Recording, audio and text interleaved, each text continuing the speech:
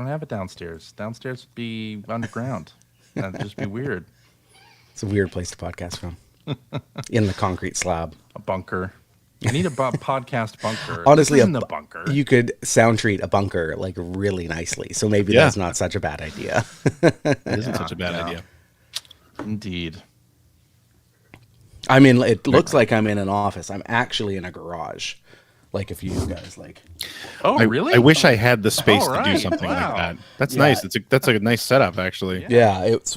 I spend a lot of time here working for my day job and stuff too. But as you can see, I'm in my living room. So, yes, and I just don't have the space to do this anywhere else. Yeah, I gave up trying to like park my car in my garage because it was like I also work from home and I have kids, so like my main house just got feeling really small. So I know the feeling. Yep. I'm in the kitchen, so we got all the rooms like represented. Yeah, totally. All right. Let's start. Sure, why not? I mean, we're all here. We're here. Hello and welcome to episode 972 of the Player One podcast for Tuesday, July 15th, 2025. I'm your host, Chris Johnston, and with me from Canada, Mr. Greg Seward. Yellow. How's it going, sir? I would really be happy if we could wrap this up quick. I'd like to go play some more Expedition 33. I don't know if you're going to get your wish. Probably Greg, not. but maybe. Usually when we say, "Oh, wrap it up quick," then it's a long 3 hours later. So we'll see how that goes. How's your week been though? Busy? Good. Yeah, always busy. Always busy. But yeah, lacrosse, volleyball, baseball. And I have another kid too, but she's pretty much doing her own thing at this point. So she's 18. Got him old. Yeah. Oldsters. And we started the show before she was born, so isn't that crazy? It's messed up. And also joining us from Canada is Aidan Moher, the co-host of the Fun Factor podcast. Hey, Aidan, how's it going? It's going great. Thanks so much for having me. We're outnumbering. The Canadians are outnumbering. That's right. Everybody. It's great. I like the Phil Blue Jays goes hat. away, and the Canadians take over. It's fine. I'm fine with this. This is fine.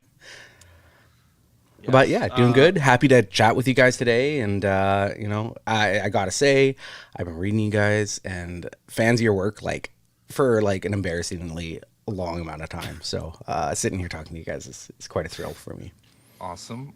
Well, we're fans of the Fun Factor podcast because we are old school video game magazine fans. Why don't you tell us a little bit about Fun Factor? Yeah. So Fun Factor is a podcast I host with my co-host and friend, Ty Schalter. The elevator pitch is two old guys review old video game reviews. And so every episode, we pick out an old retro gaming mag. So we've done EGM, PSM, Nintendo Power, Game Fan, all the hits. And we do a flip through. We do some, contextualizing, looking through the masthead, pointing out interesting names we see on there, tracing the careers of people as they move through the industry or out of the industry. Look at some previews, what the news is.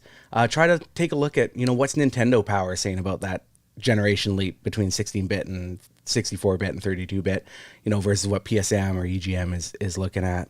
And then at the end of every episode, we pick a review from that issue and read it through, comment on it. I'm a longtime critic. I was a book critic for a very long time. Now I'm a games journalist. Ty's been a journalist for a very long time as well. And so we kind of put on our critic hats and say did they get it right? Did they get it wrong? Were they ahead of the curve on their opinions? Were they sort of, just trying to sell games? What does this look like? And so we have fun doing that and lots of laughs along the way, but we also try to, just show the path for why these games are so important to us. Way back when, just when we were playing them for fun, and why they've shaped us in the games industry and games media 25 years later. So we're on the first season still. You guys are on episode 972. We're on episode 9. So we got a ways to go. But we're at a bi-weekly podcast that also has bonus episodes for our ultra subscribers. So we do guest episodes where we go off the beaten path a little bit. We've done a demo discs episode. We talked with Mike Drucker, who has a fabulous book about how games kind of shaped his life. And then tomorrow we have, or not tomorrow, Tuesday, this coming Tuesday, we have another great guest episode. That's a little off the beaten path, but we managed to kind of tie it into retro gaming magazines and stuff in some fun, interesting ways, which I'm very excited about. Nice. So I'm curious. I mean, obviously it comes from a passion for this stuff anyway. You've been gaming for a long time, but just where did the idea come from to do this format? Yeah. Ty pitched the idea to me like 2 years ago. Probably over 2 years ago now, to be honest. We both just like we're of an age. We talk a lot about like nostalgia and gaming and parenting and just how that shaped us and like why it's so important for us. Like, why do I have a bunch of CRT TVs still hooked up to original consoles? Like, you know, we just have those conversations, and he just had this light bulb idea of, you know, what if we contextualize all that around magazines, like the way games media was. Games media is in such transition now, like it's such a mess in 2025. So like, let's go back and look and see where it was, you know, where did the idea of like personality based games journalism come from?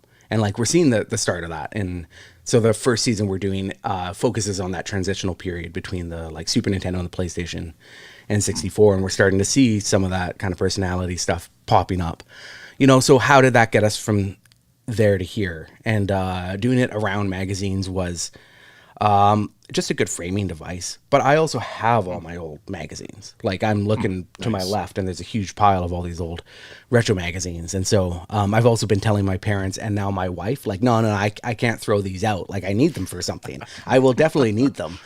So at some point I had to, like, you know, come clean on that and do something with them. And that's where we ended up with Fun Factor. Well, they mean something, right? I mean, yeah. Oh, yeah.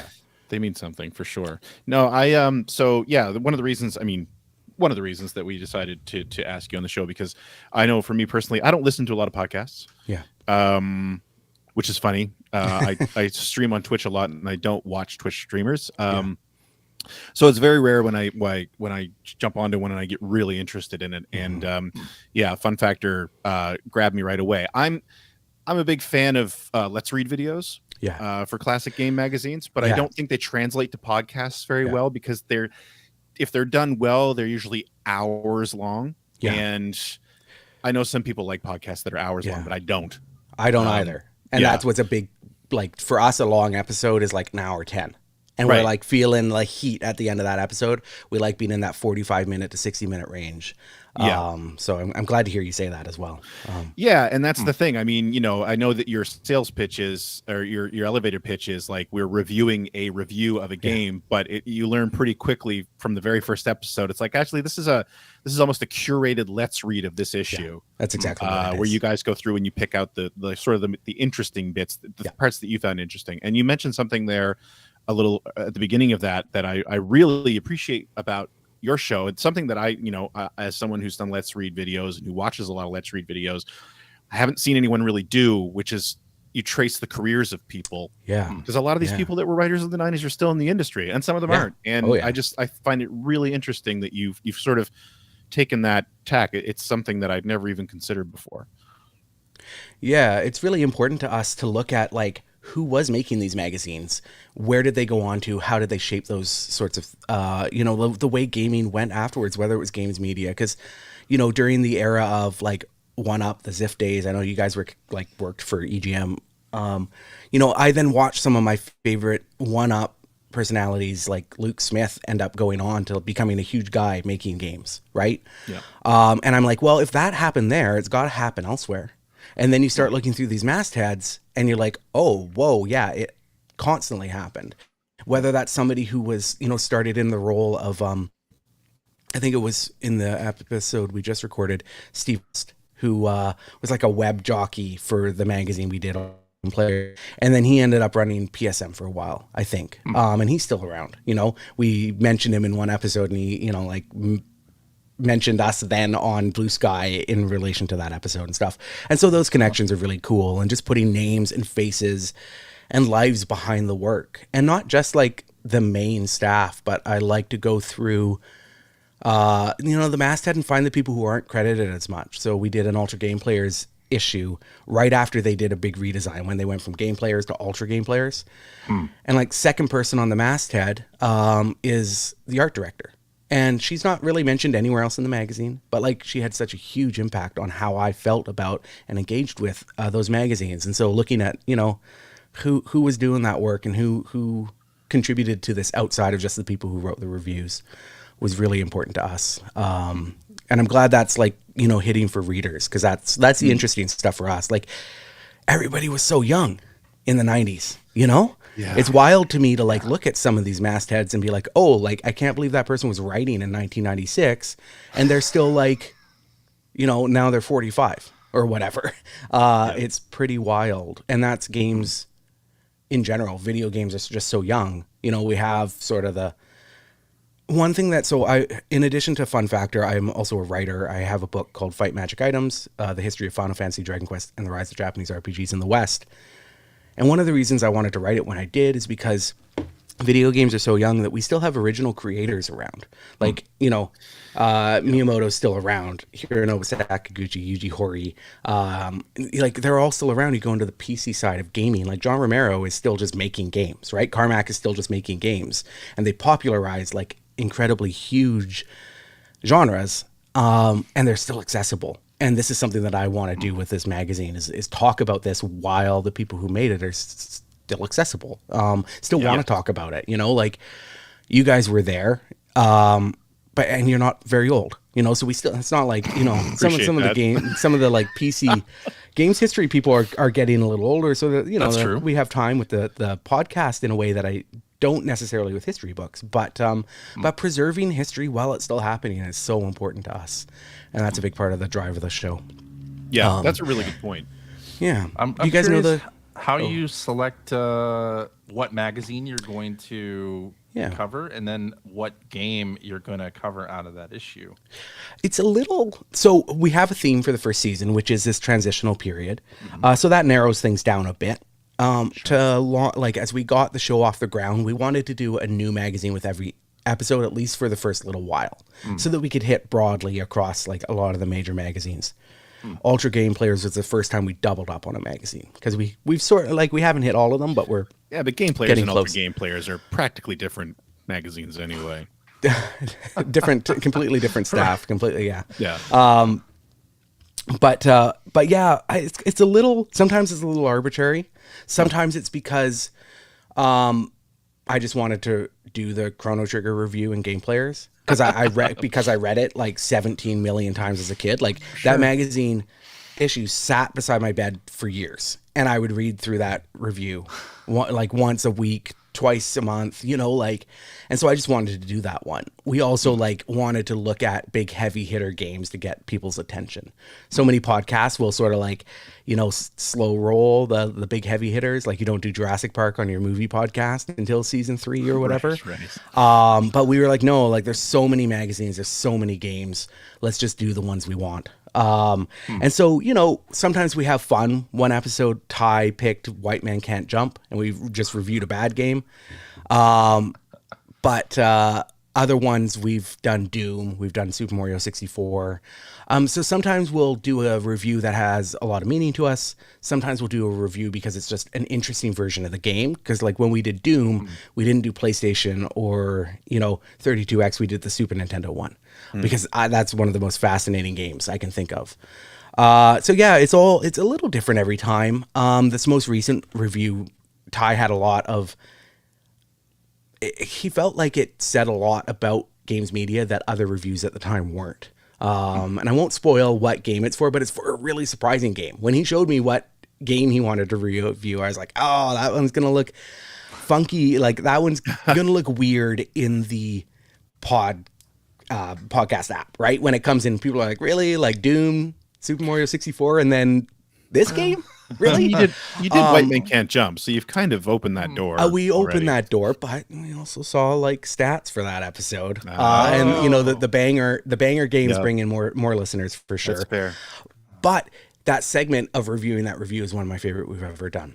And so, sometimes we just have fun and it's silly. Sometimes we actually get to have like deeper conversations about games media and specifically like critique within a commercial industry like games is, and how critique and sort of treating something as art versus treating something as like a product is very different.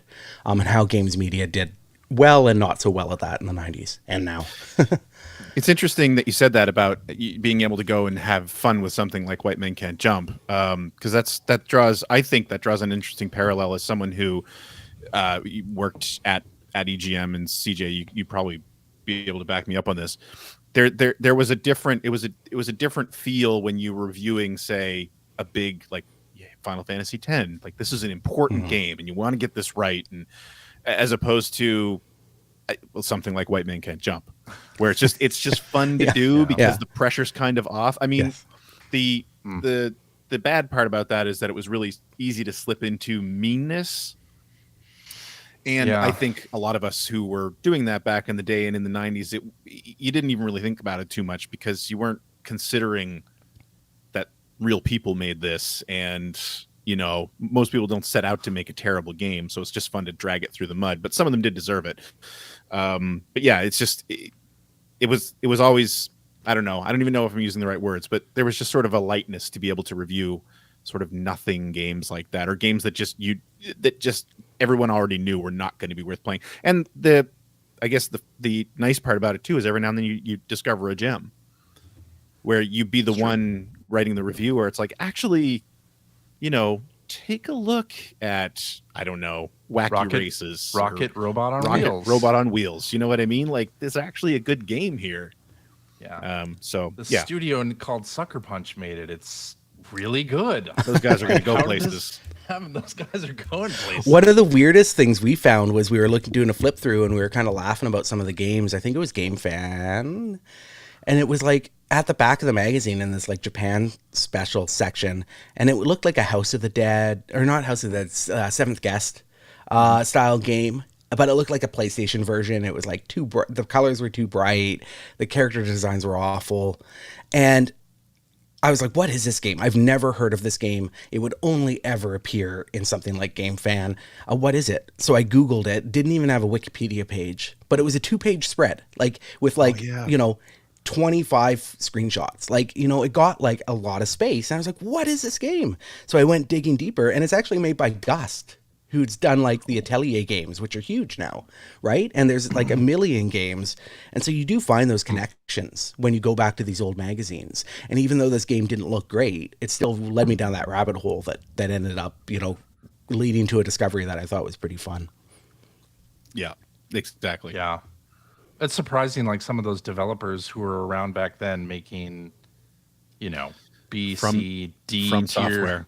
From games. software. Yeah. From software, perfect example. Like they were Yeah. making very similar games to what they made back in the PlayStation days. It's just that now people are in the mood for that. What they were making. That, and I think the technology has caught up with their vision. To And me, that's From a Software, huge as an part of it. example, Yeah. were always like they were thinking well beyond what Yeah. the technology was capable of. Yeah. So, which made their games interesting, but not. And like that's necessarily also very good. why I think going back and looking at these reviews is also interesting, because you'll see some that, like, you know, might get taken down because they are ahead of their time, but in hindsight you realize how much they were doing, and how much they influence things despite not being very popular, or vice versa, where things will get like glowing reviews, but then you look at the other games in the magazine that got like worse reviews, and you're like, man, like they really missed the mark there.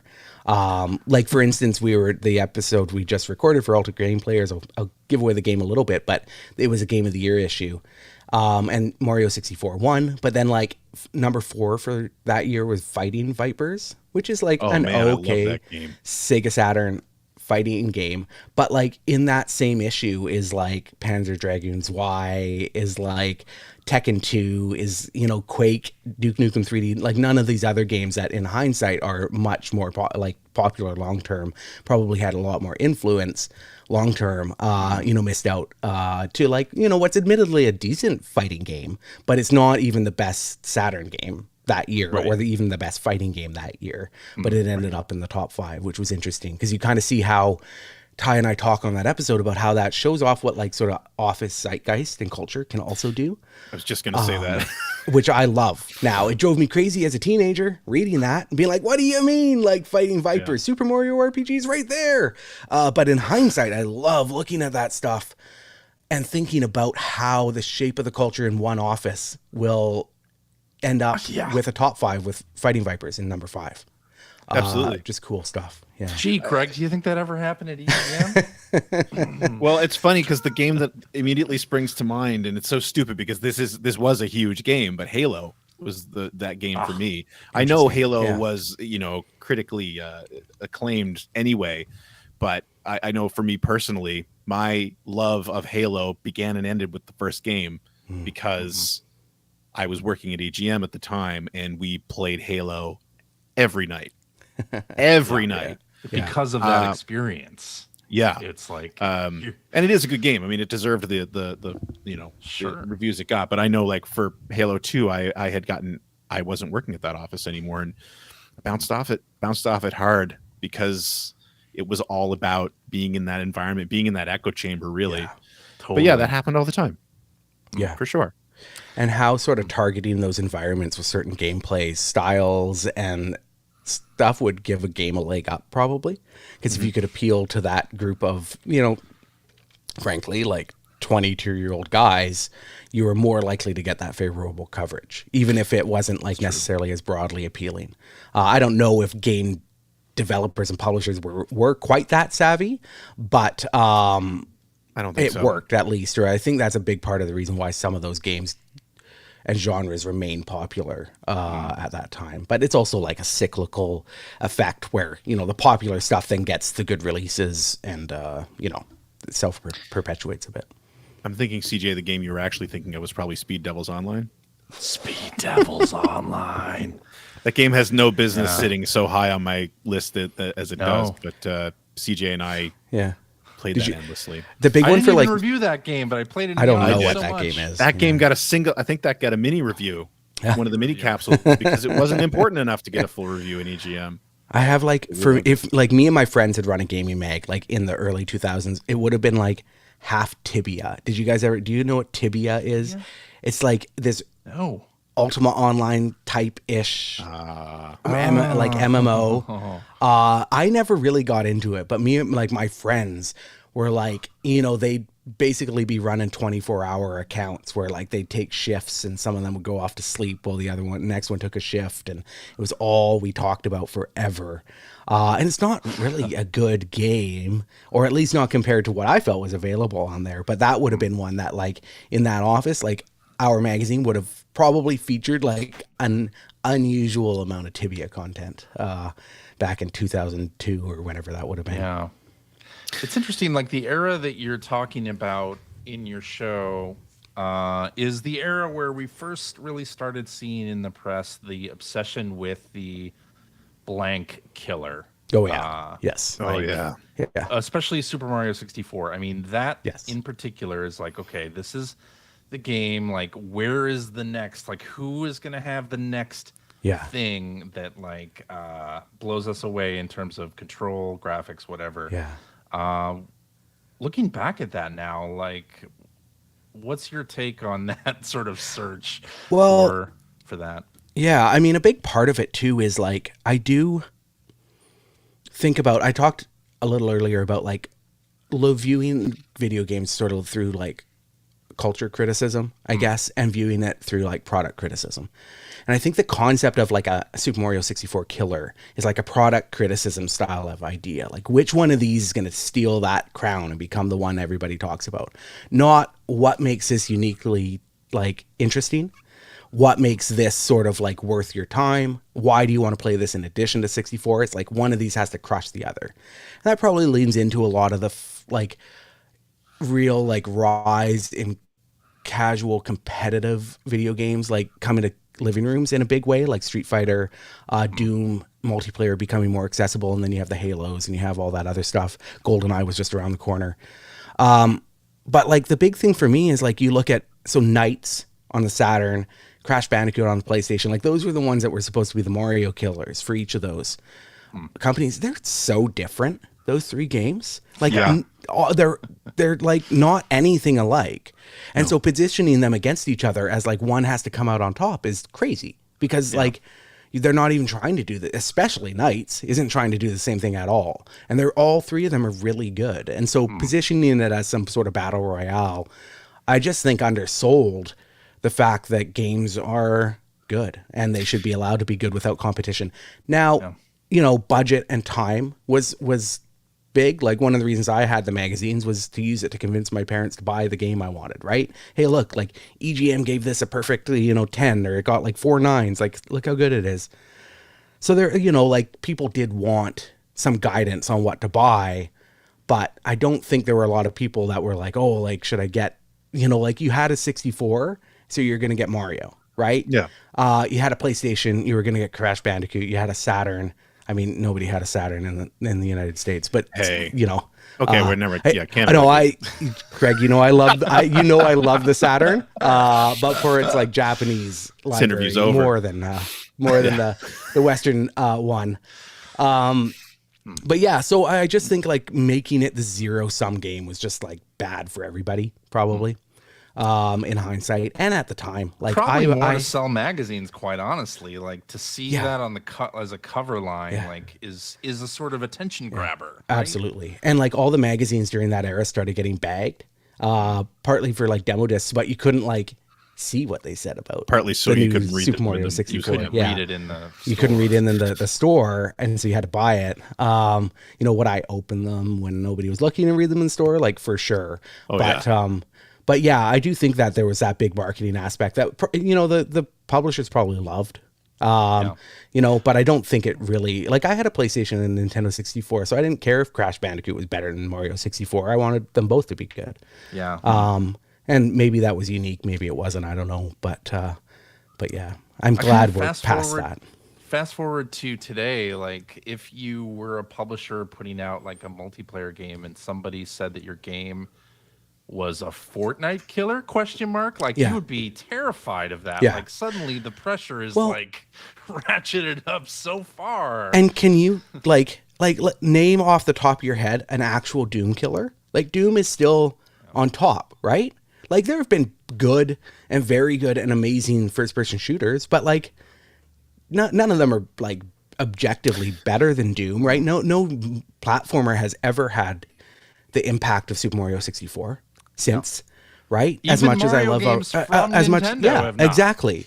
And it's like those games are defining genres, and when you've defined a whole genre, you can't be beat, because every single game that comes afterwards is going to be derivative of some way. So the idea of it being a killer, like Quake wasn't a Doom killer. It was a very different experience, and it didn't kill Doom. Doom's still around, and it's still so popular 35 years later. So like I think that very concept is just so flawed, but it is so baked into so much of what the conversation in these magazines is sort of based around. Yeah. It's interesting when you think about it. There were so many of those genre-defining games in the 90s. Because I would argue at one point in the early 2000s, as far as Doom killers go, again, going back to Halo, I think that was probably considered that. And I think at the time it was probably true, but here we are, 25 years after Halo. Yeah. And I mean, Halo still exists, but nobody talks about Halo. Yeah. We all still go back to Doom. But it's like Street Fighter, same thing. Yeah. Street Fighter is still around, right? Like it outlasted pretty much all of its major competitors. What I look at though is that the more recent Doom games stole Halo's like 2-weapon swap out system, right? And so like I love that stuff that you see a lot, where you see that cyclical like process of inspiration, where you see something like Doom create what, a genre that then spawned Halo, and then Doom goes and takes some of the best stuff from Halo. And I think that that's really fun. And you see a lot of like, because you're right that this era, like around 95, 96, like there are so many games that have become sort of like foundational pieces in games media that have like their influence is just everywhere still. So to see the stuff that people are kind of like glomming onto at the time versus how they're perceived 30 years later is always interesting. Some people, like some of the critics, were like spot on and saw the stuff that made these games magical. Some of them would be like really focused on like weird minutia or like strange things that the game does that like did not end up having any impact or influence as well. And both of those are interesting for their own way, I think. What you just said there just made me want to say that's why the worst thing to ever happen to sports games was exclusive licenses. Yeah, that one's tough, right? Because it really splintered the market into like kind of haves and have-nots. And I do wonder if they even did a disservice to the games that got the license. Because it absolutely did. Like, they were more focused on making a good NBA game than a good basketball game, which I think is... Also, yeah. I mean, also looking back at, I'm thinking about Madden in general, because there was that Prime Video documentary recently. It's in the game, which was okay. It wasn't a great documentary, I have to say. But the one thing that they did in that game that show that I really loved is that they interspersed sort of like making Madden today. Yeah. And the history of it and sort of the pivotal moments in the history of that franchise.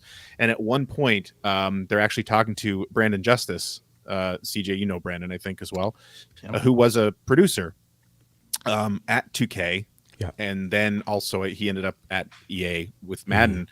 And they make a point about how Madden improved a lot year over year during the years that they were competing with 2K. Yeah. Yes. And then that was all of a sudden they weren't anymore. That was the era, right, for football games, I would say, was that competition between the Madden games and the 2K games. And I'm not a big sports gamer. This is when we need Ty here. But I played all those games because it was impossible to escape them at that point. Yeah. And that competition is absolutely better for everybody, I think. Yeah. Yeah, absolutely. And it's just at the top of my mind because I've been working on a Joe Montana video for a year now, and just been steeped in 90s sports games. But yeah, you know, speaking of competition, Aidan, which magazine did you subscribe to back in the day? And don't feel pressured at all by having two EGM editors feel pressured. on call with you. Yeah. I talk about this on the podcast. Living in Canada was expensive to subscribe, so I would often. I grew up on a small island, so we would end up going to town to do grocery shopping like once every 2 weeks. I'd go with my mom, and we'd go to the grocery store, and while she was shopping, I'd go to the magazine section, I'd read magazines, and then I'd kind of pick one out. When I was like young, 11, 12, it was usually Game Players, sometimes Game Pro. And then sometime probably around this time, because I've dug out all my old magazines, so I can kind of see my progression here. It was probably sometime around this time that I started buying a lot more EGM. And then that became kind of my main magazine. As I get closer to the 2000s, like my collection of magazines is predominantly EGM. But I definitely bought whatever had the review or the preview or was there. Yeah, so it would have been Game Players or Game Pro or Game Fan. Like I have a lot of Game Fan. Would have been EGM. I didn't read some of the ones that were a little like highbrow, Next Generation. I didn't read a lot of. But now I look back on it and I'm like, oh, this was actually a really important voice. I kind of wish more people had experienced it. So it's fun to look at my collection, my sort of journey through games media history and say, oh, okay, this is, I kind of started at the ones that did appeal to younger players, younger gamers, like Game Players and Game Pro, I think. And then kind of as I grew up, I can see my tastes leaning more towards stuff like EGM over time. That was the whole reason I loved video games and computer entertainment so much, because I felt like such an adult reading that magazine. Yeah. So highbrow. Yeah, it highbrow. Really was. Yeah. It really was. I'd say the same about Next Generation, but I was like 19 when Next Generation first hit here. I remember when Next Gen first came out. Virtual I wasn't Fighter working at EGM at the time, but I knew people who were there, and they were so worried about it and wanted to see that first issue. So I found an EB that had the premiere issue and bought a bunch of copies and drove them over to the EGM office to show them. You suck up. Yeah, pretty much. It's funny because looking back, it's such a European style magazine. Which we didn't know like, at the time. No. Yeah. And I didn't know until we started this podcast and we did an episode on Next Gen, and I did a deep dive into an issue for the first time in however long. And I was like, oh, this is just Edge. Yep. You know, like this is totally based off what they're doing in England. And that's an area we want to kind of take the show into too, is like we've been doing magazines we're familiar with, but like we do want to get to the point where we're looking at games media and other markets as well. Which would be fun, whether those are bonus episodes, you know, when it comes to something like if we did Famitsu or whatever, somebody who could kind of talk to the history of that magazine, or it's, you know, we start integrating stuff into the main show, even if we're not familiar with it from our time way back then. Yeah. Next Gen, yeah, it started off just as Edge, and then it sort of dipped into becoming a more American gaming magazine. They shifted by the focus.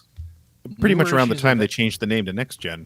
Yeah, newer issues of Edge are still that highbrow, very industry focused, and I love it for what it is. It's that it's stayed pretty much the same since that time.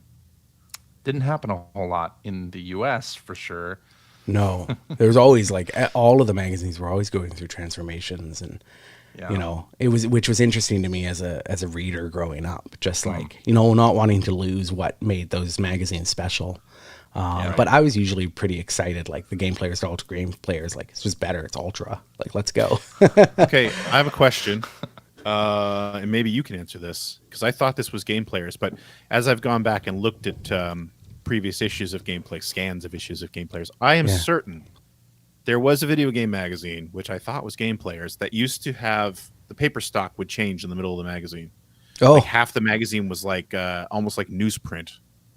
I think I'm going crazy, but that I sounds like certain. something like that sounds like a game fan thing. Honestly, It was, yeah. I'm pretty sure they print. I'm pretty sure they I was printed those on like what's his name's printer, but no, I don't remember, and I haven't run into that. But if I ever notice it, I will let you know for sure. Please do. Yeah, there's a lot of funny, like, I did see a Game Players actually, you know what?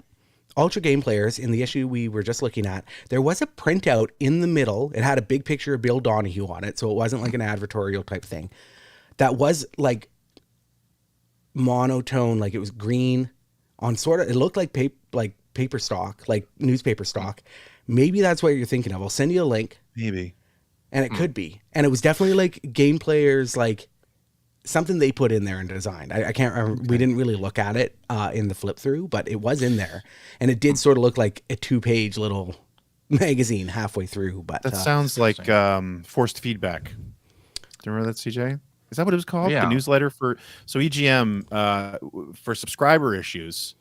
They would send same thing. It was on a different paper stock. They would send with the issue something called forced feedback, which was just sort of, you know, a little newsletter about anything that was on our minds, which I reached out to actually after the episode you had with Molly Patterson.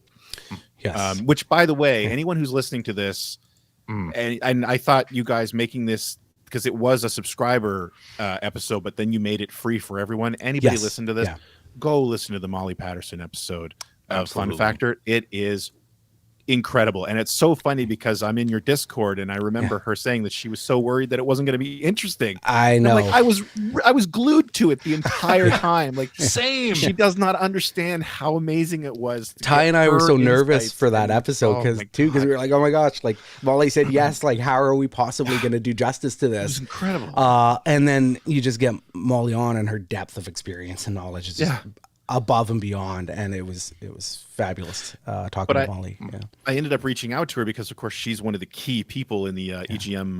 I forget what it's called, the archive, the compendium, the EGM compendium, and had said, like, you know, you've got all these scans. Do you know about forced feedback? Do you have? I was basically, because I have a few of them, and I was almost like, if you don't have these, you know, I'll send you scans of them. But she's like, no, we've got them. That's going to be part of it, which I'm very excited about, because that is something that a lot of readers probably didn't even know existed.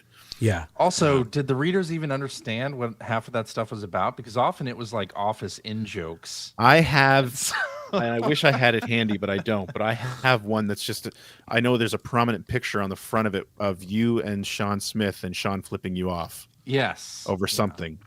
I don't remember what that was. Yeah. As a reader, I loved in-jokes and stuff. Like, to me, it was like this whole extended universe. Like, because like I was young and impressionable, and I connected with the writers. I had my favorite reviewers, and I mean that exploded in the One-Up days with One-Up Yours and the One-Up show. But even through the 90s, like I just loved like the running gags that writers would have between themselves and the pages. Like, it just made it feel like you were sort of part of that ecosystem in a little way. Yeah. It was something special. It was like, we would describe it as like a parasocial readership, right? And that's exactly what it was. But it worked so well, I think, for the demographics who were writing the magazines and reading the magazines, because it made us feel connected. And for so many kids growing up, like, games were something that their parents might not understand, or they might not. It wasn't my experience, but I know a lot of people, like, gaming wasn't something that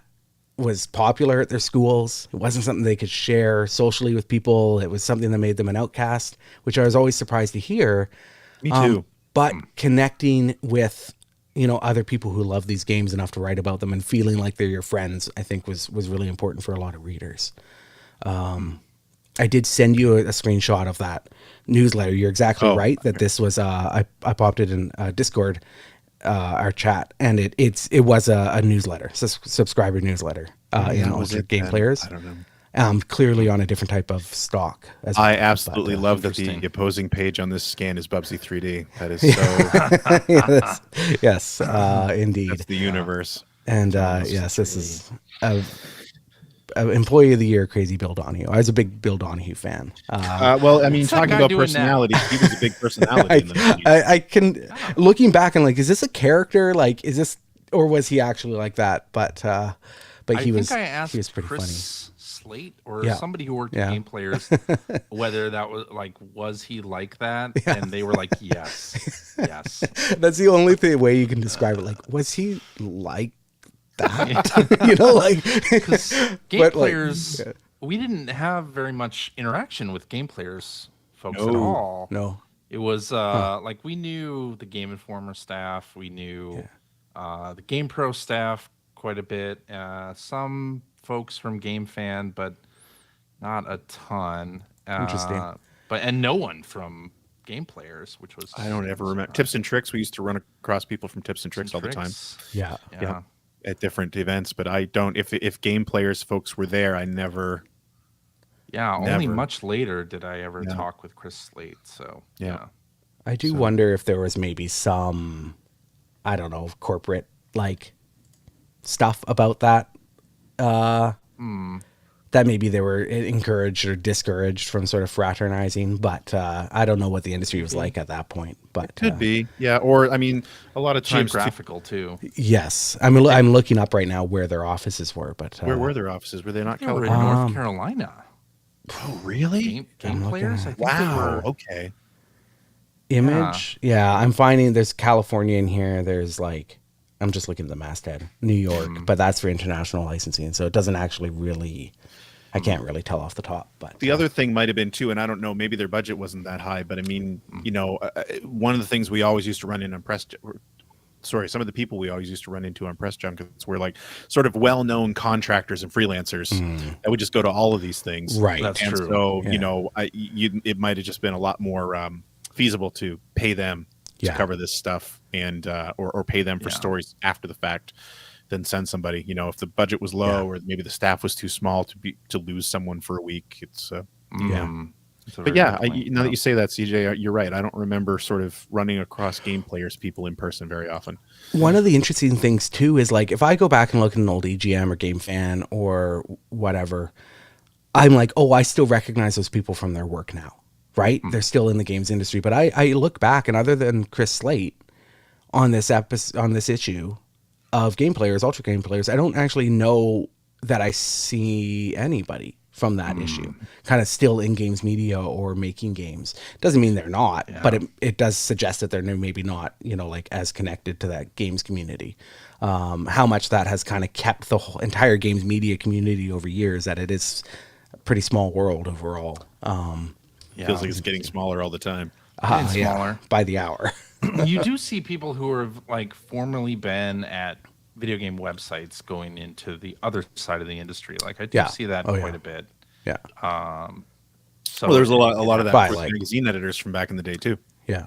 Yeah. I mean, how many people do we know that went from writing about games to making games? Exactly. Not necessarily all of. I mean, there are two of us right here, right? Not necessarily that we all stayed in that field, but I think a lot of people like maybe saw. My impression from the outside was when a lot of people started abandoning ship, especially around the time like 1UP was sort of collapsing. I was like, okay, there's something weird going on when you're losing like guys like Shane Bettenhausen, like Luke Smith going into like game dev, game publishing. And I was like, okay, like that's not a good sign for the health of media, games media. And that was a long time ago now. That was 12 years, 15 years ago.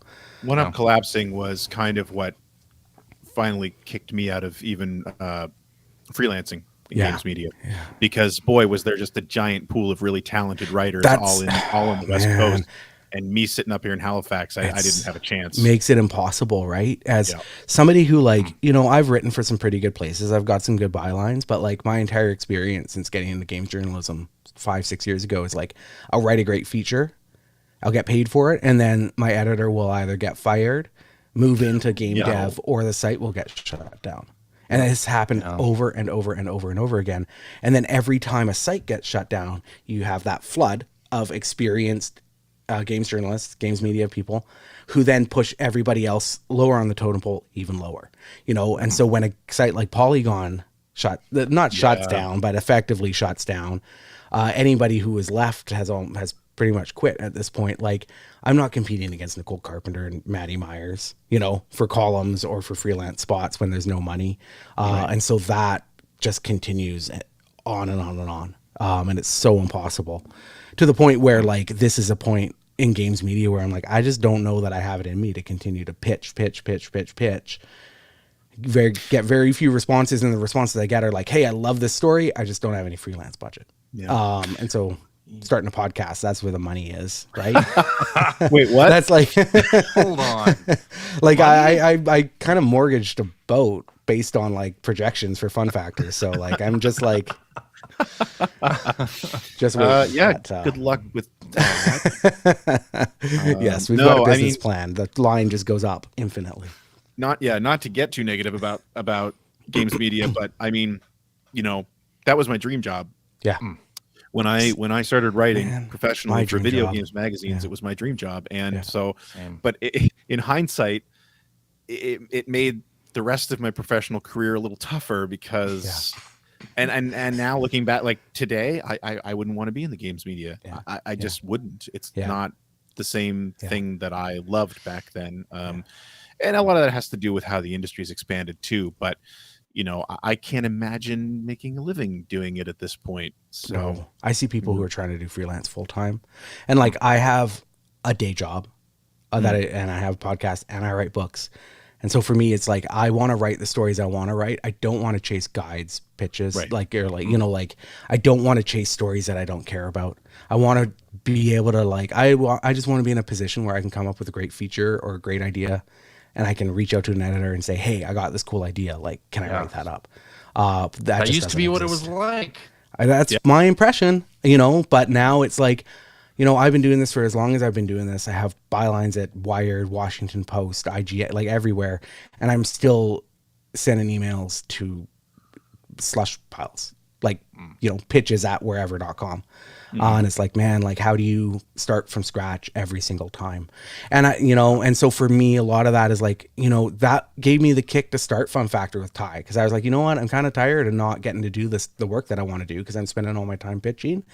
Let's have fun making a podcast, writing more books, and that's where I've been putting my energy, and it's been really gratifying. Would I love to work in games media if it was like a healthy games media? Absolutely. Like dream job material, but I would never leave my day job. Like I see writer positions come up rarely, but they do come up. But I know too many people who got hired and then there were mass layoffs at their website 2 months later. And it's like, oof. I would never risk relocating for a job at this point. No, not in a million years. Yeah, it's crazy when we were industry. Young and it was nothing. Have a care in the world. I couldn't wait to get to Chicago. Yeah, no in kidding. 1999. Yeah, I mean, I spent my 20s like writing. I had a really popular blog about science fiction and fantasy books, and I spent my 20s, writing and publishing 1,000,000 free words a year, and it was fun and it was good and it opened a lot of doors for me. But I'm 41 now, and that's just, I got kids, I got a day job. Like, if I'm spending my time doing something, it's something that I want to feel is really valuable. Really hard to do that in games media right now. The thing about games media right now, like, and versus back then I felt like you'd, from the editors, hear about like a really great game and you would, rent it or anticipate it. Nowadays, we get games like Balatro and Peak that kind of come out of nowhere that nobody was talking about before. Oh, the news story is that it sold 4 million copies, so I guess we should talk about this game.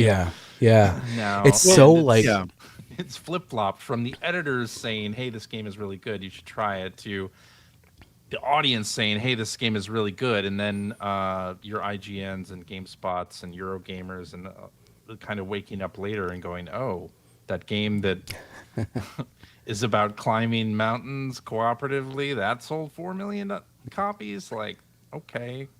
But like, there's been a big shift in the way that media is like not controlled, but definitely influenced by like games PR. And they have a huge influence over the way we talk about games. And the reason I closed my blog, which was what closed it a decade ago, was because I saw that happening in books. When I started, it was like a Wild West where like the bloggers, like I was like, getting cover art from leaked databases, like posting it online, getting angry emails from publishers because I, was wrecked their, preview plans for the cover. And I could reach out to authors and be like, hey, like, can you write this guest feature for me about this idea? I think it would be interesting. Or I want, I could just email Patrick Rothfuss or whoever and just interview them.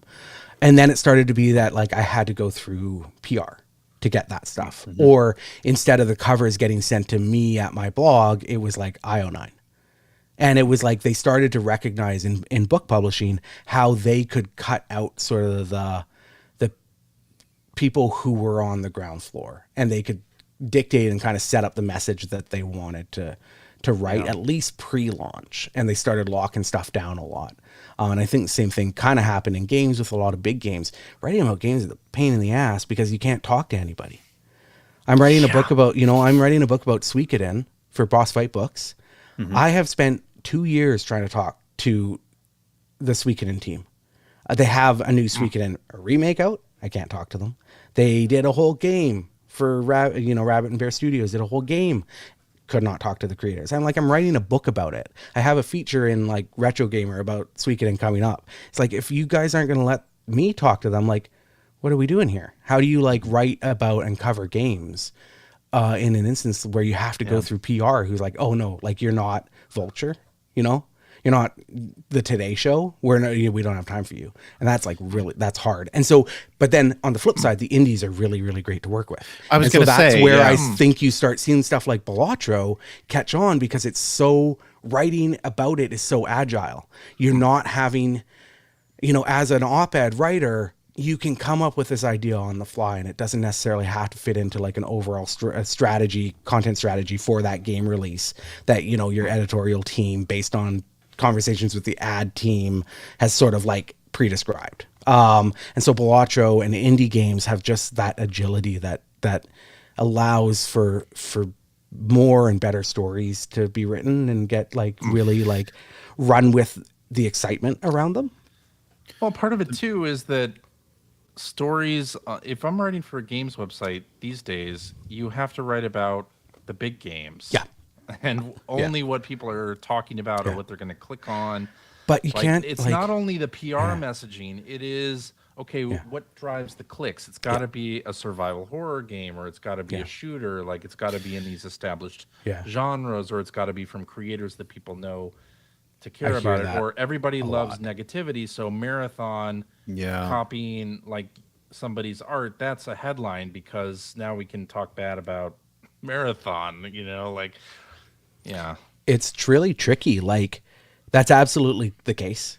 Some of the few remaining places that I kind of have a pretty good in with, I'll get the email every week saying, hey, we want stories about these games. And it's usually the big games, right? It's just the forever games that people always play, which is fine. Like, people want to read that stuff, and there's still interesting stuff to write about them. But what's really hard is writing as a freelancer. Op-eds pitching just doesn't exist, because the staff writers can write the op-ed stuff, the easy stuff, the 800 word stuff, right? But I come up with a ton of story ideas, and I'm like, oh, this is good, this is topical. Like, I could write this afternoon. I could file it tonight. You could publish it tomorrow, newspaper style, right? But they go, oh, like, we just have staff writers to write stuff like that. And it's like, what they want from freelancers is the hard stuff, the reported stuff, the interview-based stuff, the research-based stuff that's too expensive to have staff writers do. Right. And so, like, you have sites like Kotaku or wherever, and bless them. I love their writers, they're friends, and they can kind of put up these op-eds that are really interesting to write. But there's just nowhere to do that for freelancers. And then the flip side is even if I come up with an idea, I pitch it to somebody, and then I don't hear from them for 3 days. So I have to assume they don't like the pitch. So then I nudge them, and then it's day 4, and then I pitch it to the next place, and the editor goes, oh yeah, I would have loved to have published this last week, but like, basically that game's old news now. And I was like, what? Come on. Really? I think that to me has got to be one of the hardest parts now is how fast everything moves. Mm-hmm. Yeah. So fast. But you guys touched on something, going back to Fun Factor, when you were doing, I can't remember if it was in the Molly Patterson interview or the first time you were looking at an issue of Game Fan. I forget which episode it was, but yeah, they somebody made a point. Back, so. Yeah, somebody made a point that I totally agreed with, in that Game Fan back in the day, and I think it was Molly that said this, they absolutely had the freedom to champion a lesser known game. I mean, you just described one in there where it's like, hey, here's this game that did a 2-page spread on, and there's not even a Wikipedia entry for this thing. And that was kind of what they had going for them. But CJ, what you were describing about how, in a major site, you have to write about the big game. That's not really that much different than working at a mainstream magazine back then, right? I mean, we were constantly getting pitched for different cover stories, but we also, I mean, in planning year over year, like, what I mean? Like, you'd start the year and it's like, well, the September cover is going to be Tony Hawk, because that's when Tony Hawk comes out every year, and we have to cover that. We have to do a Halo cover. We have to do a Mortal Kombat cover. We have, you know what I mean? Like, there were these just sort of tentpole franchises that were important. If there's a Mario or a Zelda coming out, that is absolutely going to be on the cover because it's Mario and Zelda. Where in the pages, I felt like we did have a little bit of space to champion a smaller game that nobody might have heard of. But I think that's probably one of the big differences. And I think that's where the indie games sort of sit now, where, because the one thing that they've got going for them that they didn't have going, or they wouldn't have had going for them back in the 90s, is we've got streamers and we've got video. And like Balatro, I feel like it's a perfect example where you brought up Balatro, because I've said this about that game on the show so many times. With my friends too, if I sit here and describe to you what Balatro is, for me personally, I'm not going to touch it. It sounds awful. Right. Poker on acid is not, right. Can you imagine an EGM cover? Well, that's what I'm saying, right? Like cover, monitor. I'm even imagining like a poker. Like an EGM preview of it, right? Where it's like, here are the screenshots. Well, it's literally just a poker game. Oh yeah, but no, it's like you build a deck and there's all this. It's just, again, you describe it, and for me personally, it just gets worse with every word. You bring up a really good point, though. You're bringing up a really good point, Greg, because while a lot of video game journalism today is determined by publishers, like in PR, but there's also a discoverability that's there now. It also was that way back then. Like that's what I'm saying. Major publishers, and a game like Balatro would have been like a quarter-page preview, if that. In EGM. I think like a big part of it though is like the internet promised like more flexibility. There wasn't a predefined page count, right? Absolutely. There wasn't predefined word counts. Important. And so like back in the 1UP days, like maybe you guys can correct me if I'm wrong, but like they could just write a blog post. Everybody had a blog post on the site and they could write whatever they wanted, right? And when you have properly paid staff writers, they're working on features, but you want them to be able to just put up that thing about this weird game they saw, at E3 or wherever. And that they were never going to get column inches for that in the physical magazine. Exactly. You'd never get that into a magazine. You're not going to get that on sites now, because if you have time to write about, I'm playing this game called Dodonia. It's like a watercolor, like kind of reminds me of Trace Memory. It's water, like it's set in France. It's like Cool. one of the most beautiful games I've ever played. Never heard about it until last night when I saw it in the eShop. I would love to write about Dodonia 2 years after it came out. But if I have time to write about that, I could probably write a guide about how to find the whatever in Zelda Breath of the Wild or Tears of the Kingdom or Fortnite or whatever, right? And so you just don't have, you have that personality taken out, that self-driven sort of idea of what a staff writer is. Something that can be churned out, but it's big enough that you can break into multiple pages, which means you can insert insert multiple ads on each page. And the interesting thing about this conversation is that a lot of the people who have that skill now have gone other places, sometimes first party, but like Dordogne was a Game Pass game. And I'm using that as an example because Microsoft, before that game came out, it launched on Game Pass, and they have a team. They had a team. I don't know if it still exists.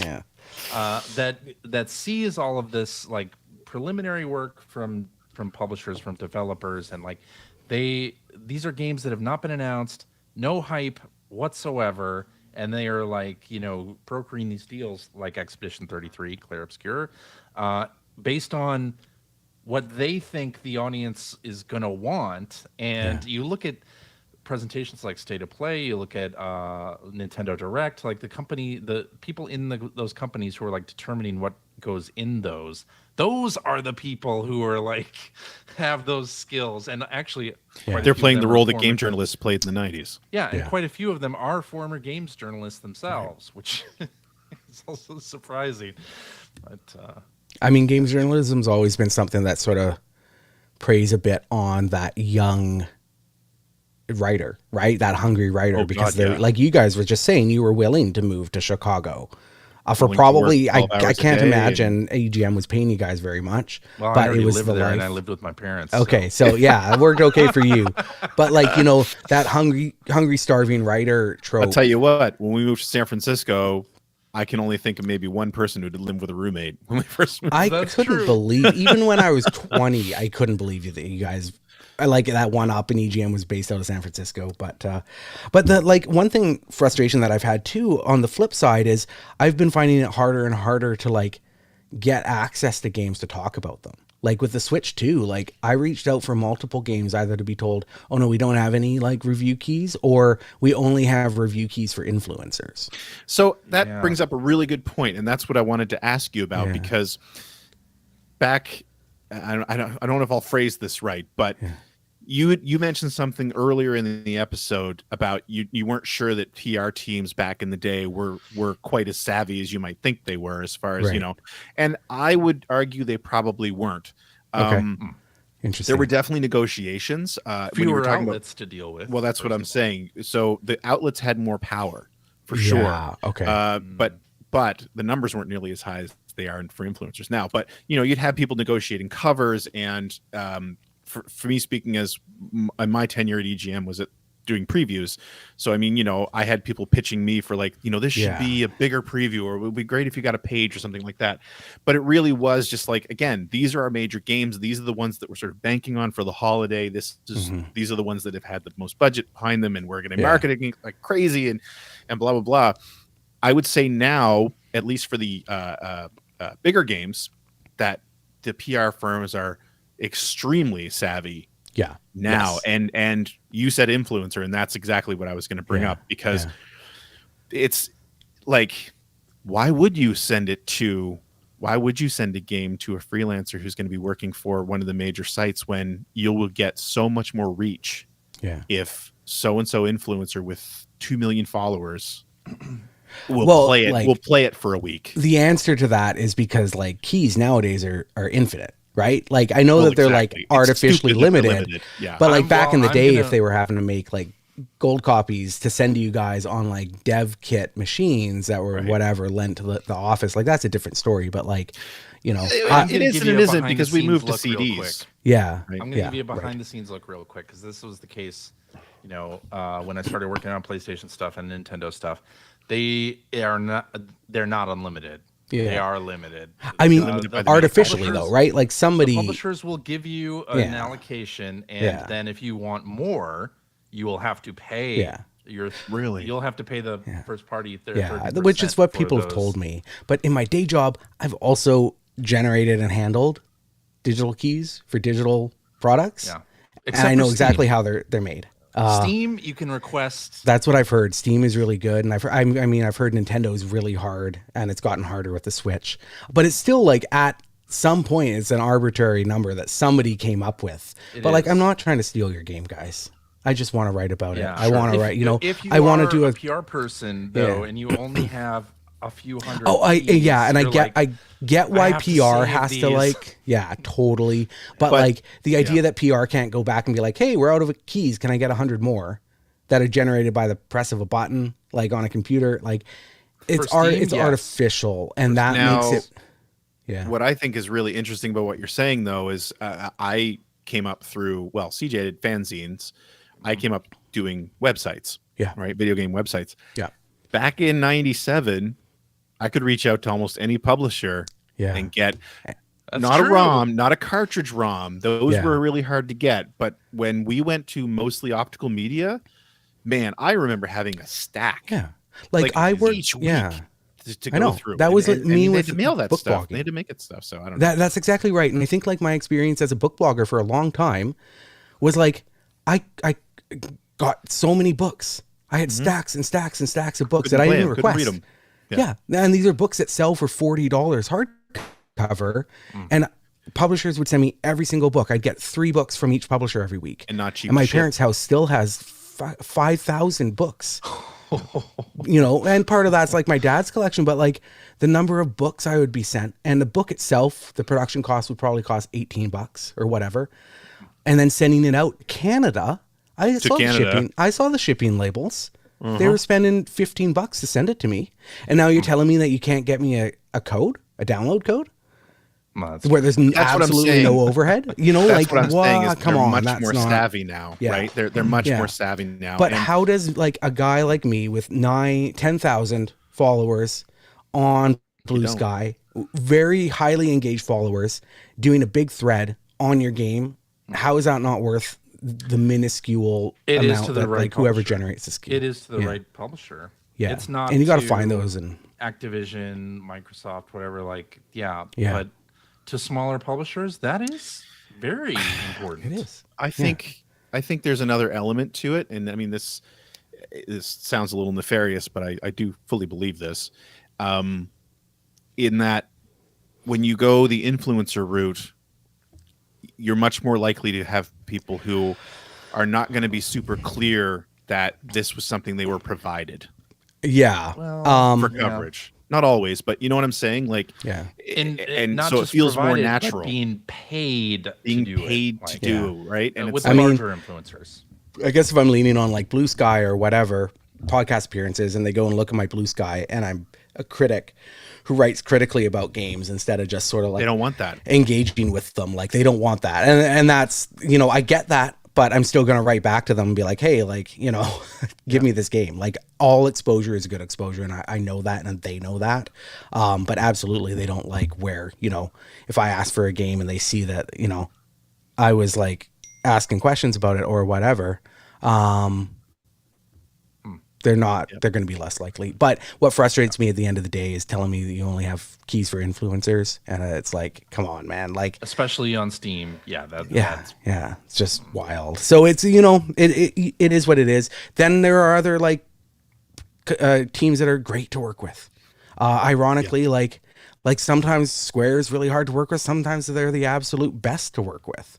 So it also depends on the game and the team and the PR company you're working with specifically. So like, you know, PR guys, like PR reps, they got the hardest job. And so like, you know, all the respect to them. I understand that they're not the ones making the decisions.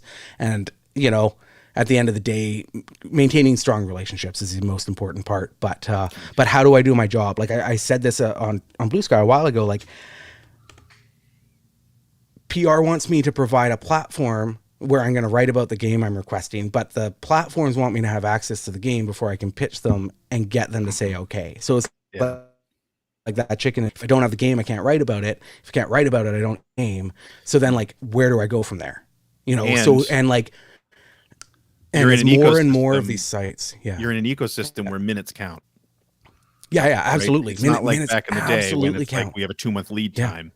Yeah. 100%. Like I've missed out on stuff just because it's like, I can't get a game on a Friday and then by Monday it's too late. You know, and it's hard. And it's a bummer. And like, as more and more of these big games media sites close, I do hope that PR starts saying, hey, like these worker-owned sites, these freelancers who are doing free work, like, yeah, it's not on IGN anymore. Yeah, it's on their newsletter, but we need to reach out to them because their readers are the same, whether they were on IGN or they're and I would argue somewhere else loyal. or whatever. Actually, and loyal. That's a very and that's good the thing. point. I'd rather reach 500 loyal readers than 10,000 casual readers. Yes. Right.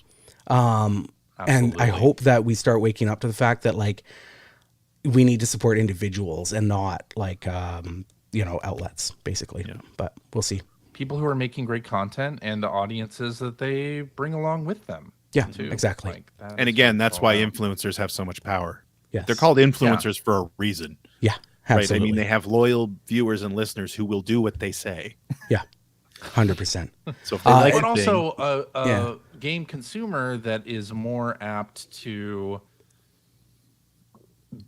be open to a message from somebody who's streaming or like is the type of person that they watch, right? Yeah. Like, and as a game publisher, you can't necessarily be that person. So you have to find somebody who could be that for you or your game. And if you're a small game, that's hard. That's tough. That's a good point because like the advice I get from PR reps is like, have your like beat, right? Be the RPG guy. So that like when PR is looking around for RPG guys, or it's somewhere like Square, or it's a PR firm that represented Square and now they're doing something with Atlas or Sega, they're going to be like, oh, I know Aidan loves these games. Let's get it for him. And so like, but then again, that's maintaining your reputation and your, you know, relationships as well. But also really kind of focusing in on what, you know, you need to do. Aftermath just had a great episode with Ethan Gatch and who was the other person, about Kotaku. Getting bought by basically a private company now. So they're out from under Geo. And they were talking about how all of these things that we're talking about, like, you know, they'd be under pressure, like to do, it would just be metrics based and be like, oh, this guide we did on this Fortnite skin was really big. So if you do another one on this skin, it's going to be exponentially bigger. And so they'd have to write all that stuff. And now all of that pressure is gone now that they've moved out into like a media company instead of like a venture capitalist firm. So I do hope that we start seeing a shift, even if the industry is contracted, the way we write about games, as that changes, it's going to start favoring freelancers again, who have good stories to tell. 5 years ago, I could pitch good stories and editors would do it. Like it didn't have to be a timely beat like story all the time. I could pitch stories about random communities. I wrote a story about, you know, people who demake video games into like retro styles. I wrote a story about like video game book club podcasts for Wired. You know, my very first one for Kotaku was about fantasy authors who were inspired by Hironobu Sakaguchi as much as they were Tolkien. So like those like that was only 5 years ago. I could never sell those stories now, ever. But I think we'll get back there. That just really like blows my mind is that we as media consumers, we as video game fans are missing out on that content. Yes, 100%. In favor of guides content or in favor of a story clickbait saying that iFixit says the Pro Controller on the Switch 2 isn't that good. Yeah. So this is what you should think. I was thinking about that a lot like 2 days ago because one of my favorite writers, and he's a friend of mine. His name's Grayson Morley. He, you know, he's a great writer who's written for places like Polygon and, you know, all over the place. And he published a really great feature about Fantasy Life I and Promise Mascot Agency, and how like they're both sort of checklist games, but why one sort of enriches his experience playing it and the other one feels like anxiety driven. It's a fantastic piece, really personal. He should have been paid $400 for it, and it should have gone out to 2,000 times as many people. There's no place in the world where that wouldn't have been better for everybody involved, except for whoever published the game that he said was kind of a chore, whichever one it was. That's the only group in here that benefits from that. The thing about that story is, Promise Mascot Agency, I don't think has been that popular, unfortunately, despite it being an excellent game. Fantasy Life, I kind of took everybody by surprise. Yes, this is another sort of Balatro moment, I think, where the press do I need to play this? Not really gonna cover it, and then it sold like gangbusters, and now people are like, oh, maybe we should. Yeah, it's a weird one because it did catch people by surprise. The DS one the 3DS one's amazing. I played it so much. And the new one I was going to kind of pass by, despite loving the 3DS one.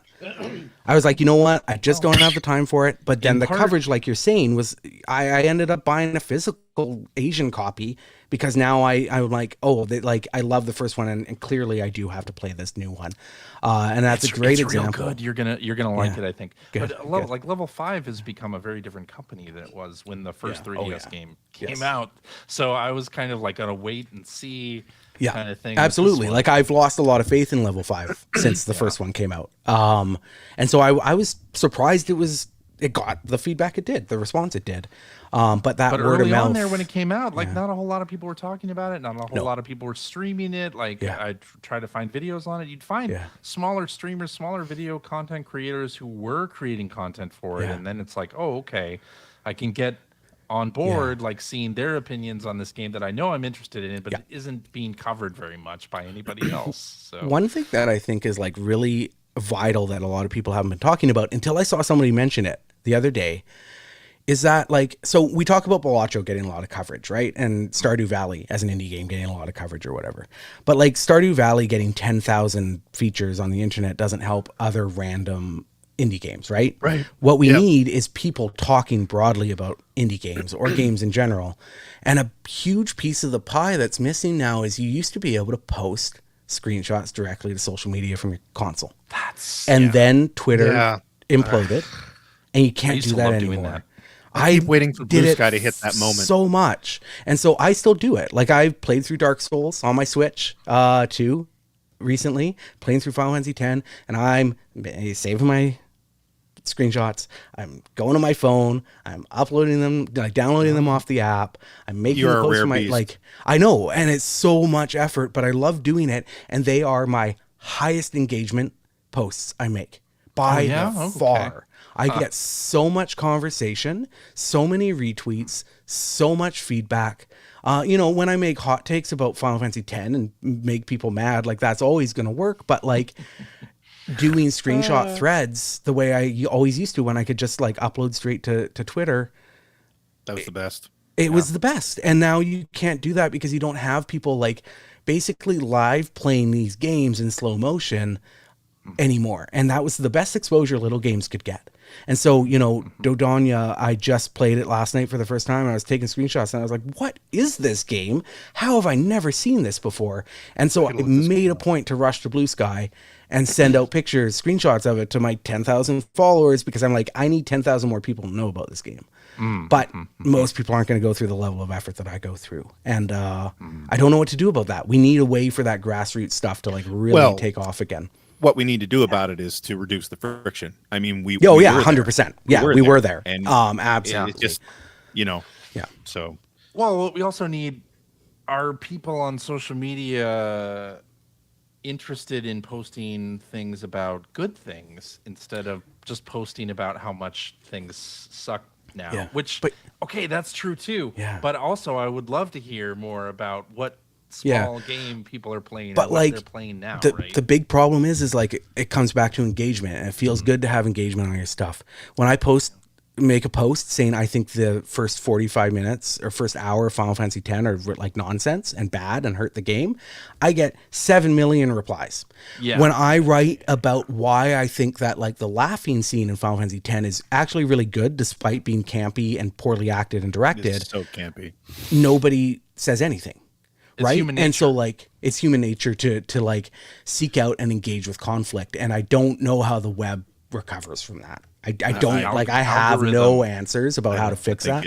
I don't think it does. I don't know that it can. I think something splintering, if we resplinter the web into small focused communities, that can help the way it used to be. But I just like the town hall thing, the worldwide town hall thing is such a mess, right? I don't know how you can ever go back to what it used to be or what it never was. I don't even know if it used to be good. But well, I I mean, don't think it and was again, ever you've that got way. It was just fewer people doing it. yes, well, you've also got that layer of manipulation. Yeah, and well, and then you get into the algorithm. algorithms That's and the all problem. that stuff, and that even if there was like horrible an organic shift back to what we're talking about, it would need to generate revenue for it to actually take hold. Yeah, I mean, like the internet, its whole promise was this decentralized environment, and then as that got taken over by kind of corporate capitalist interests, it's just everything gets ruined by venture capitalism, right? And I think metrics has a lot to do with it too. We can measure things so granularly now that we couldn't before. What used to be a gut feeling, or what used to be a trend that you researched, you took time to research and understand, is now just a number. Yeah, I read And something it's that like an infallible number. Yeah, right? I was reading an interview or a piece about Dr. Beast, and they had a quote from one of his like brand people or whatever on YouTube, and they make like 50 thumbnails per video. One video they did like 200 thumbnails, and then they A/B test them, and then they found out that his videos do better if his mouth is closed. Yep.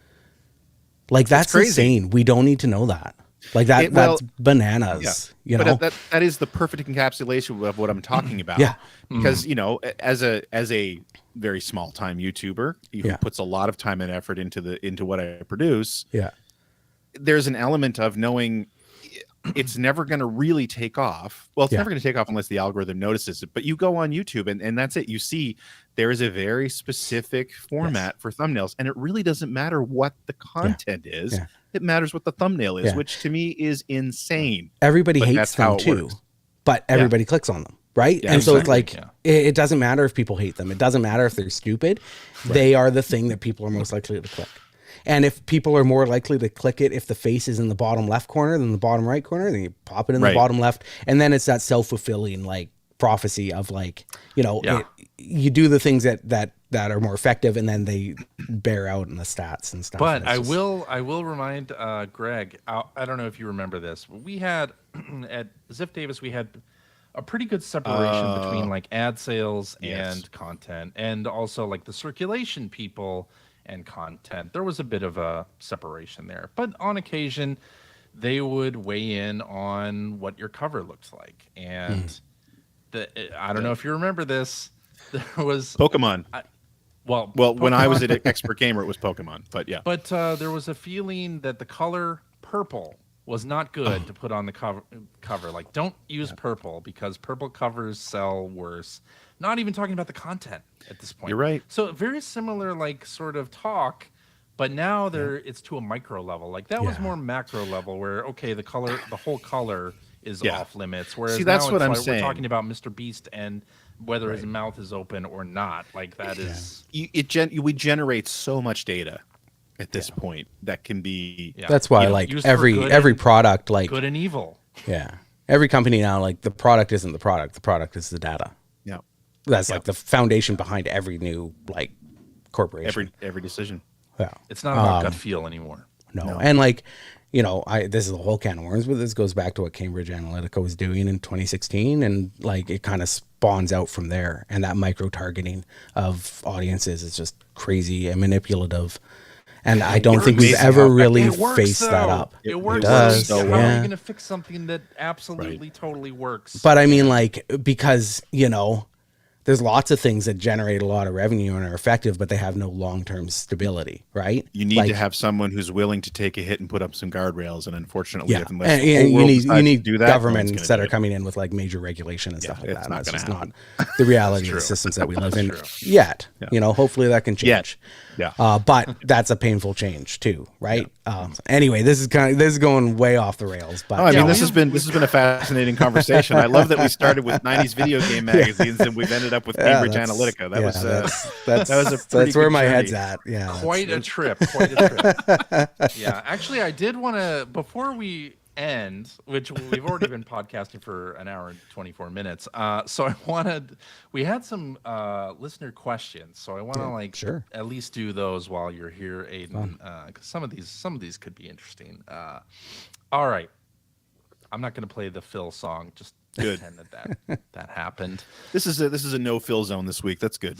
Every now and then you need a palate cleanser. So You need a palate cleanser. Exactly. All right. So hacker alias Howling Mad says, question, what is one magazine from the past that you would bring back if you could? And other question, what magazine would you create and produce now if you could?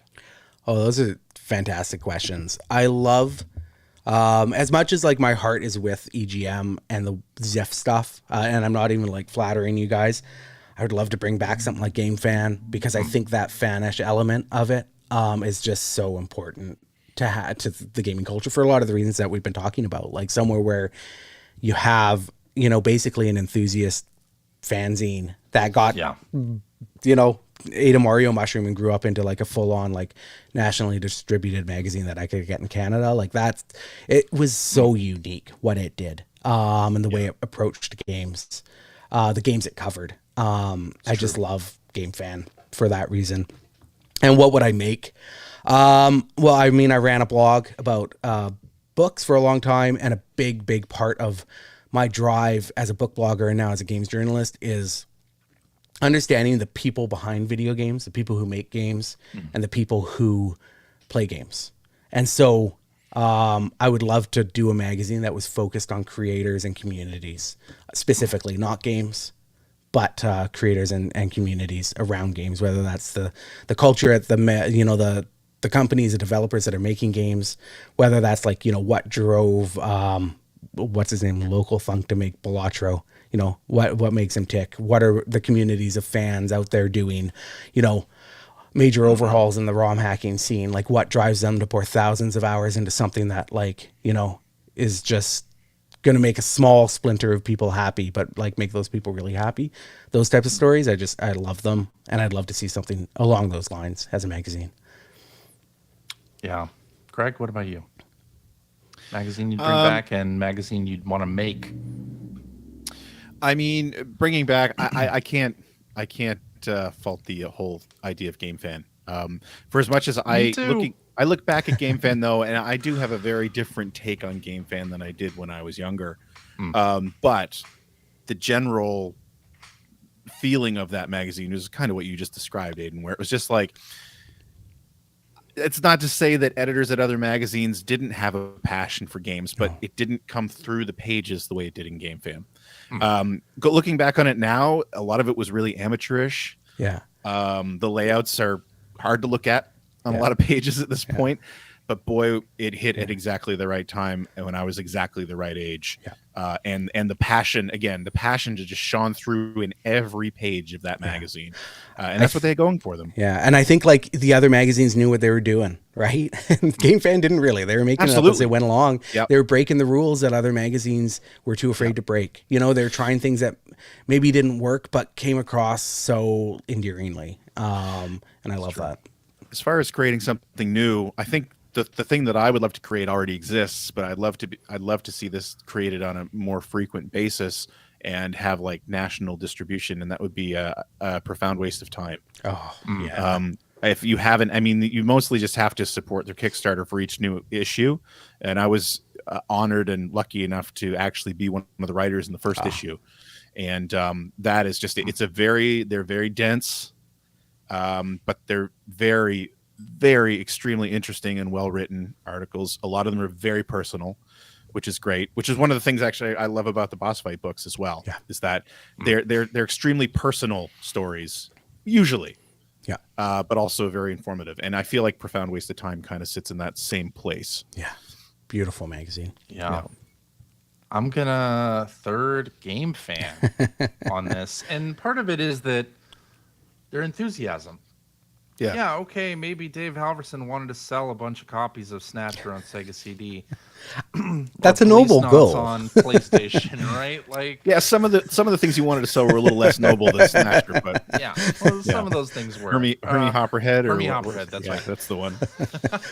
I remember picking up a few of the games that he championed in that magazine. And going, this is garbage. Cybermorph. I bought an Atari Jaguar because Dave Halverson was so effusive about. But now, Cybermorph. in hindsight, we know why he was effusive about. That's correct. We know now. Maybe if I was tripping balls too, I would have loved the game. I thought it was only all right, but anyway, it was barely all right. Yes, go ahead. Here's the thing about it, though. It's enthusiasm. I think enthusiasm is what a lot of games journalism is missing these days, and you do get writers on occasion and freelancers and editors that like get the enthusiasm part, and when that happens, it's beautiful. It's so great to see those pieces on the website, but then it's almost always over.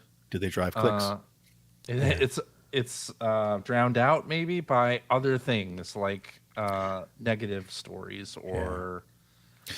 I can tell you like things that don't matter, and it's funny. Like coming up with news for this show for the podcast, oftentimes I'll just skip by like stories that are too negative or whatever. It's very focused on like game releases or game announcements, which I think are more important. But enthusiasm is what I think we're missing. Yeah. And when you find a website or a collection of people that are enthusiastic about it, and I'm talking specifically about like the Giant Bomb crew or the Nextlander crew or Jeff Gersman on occasion when he's not negative about something, but like when he's positive about things, it's awesome. I feel like that's such a rare thing now, and we need to like support those things. And you have people like Chris Plant, formerly of Polygon, doing a podcast or a podcast series that is fantastic, and you have you guys doing Fun Factor, and like there's so much enthusiastic media out there about video games. We just need to like lift that up. You know, I will say that even back in the 90s, when we're talking about GameFam, I mean, I obviously don't have any insight into what their numbers were, but I don't think they were super successful compared to GamePro or EGM. And it's kind of the same thing now where, you know, yes, this writing exists, but when we were mostly getting our information from like monthly periodicals, that stuff had time to resonate, and you had time to read it, right? Because you weren't going to see another, especially if you were sticking with one or two magazines, you weren't going to have something new to read for 3 more weeks, and you could really sort of take it in, which you can't do anymore, right? That's true. Something's gone off the front page we've lost immediately. Yeah, exactly. It scrolls off the front page immediately, and there was something, and I kind of hate to bring him up because I think he's become pretty insufferable, but Dave Chappelle had a good point about this sort of thing in one of his first return stand-up at Netflix. He was talking about the shuttle disaster and how when we were kids and that happened, you know, like that was a huge touchstone moment for those of us who were alive when it happened. But he's like, nowadays you have the equivalent huge story every 10 minutes. And everybody knows everything, and everyone's bombarded with it at all times. And in that kind of environment, how does the 1,000-word passionate coverage of this one game that changed someone's life even fit in there? Even get 2 minutes of your time? Yeah. It doesn't. I wrote a great piece that I really love about, not to toot my own horn, but about Link's Awakening remake. I've never heard anyone introduce their own writing that way. But like great meaning, like it like. It was something that was really special to me. Felt really good to read. Something that I don't get to write for outlets very often these days. But Games Radar was doing a Switch send off, and so they wanted people to write personal features about games that were important to them. And I got to write this one about Link's Awakening, and I really loved it. It had great feedback. Editor loved it, but it was one of those things that would have been like a feature or like a secondary feature in a magazine. But it was on the front page, kind of halfway down for a day, and then it was gone. And that's like, that was its lifespan, you know.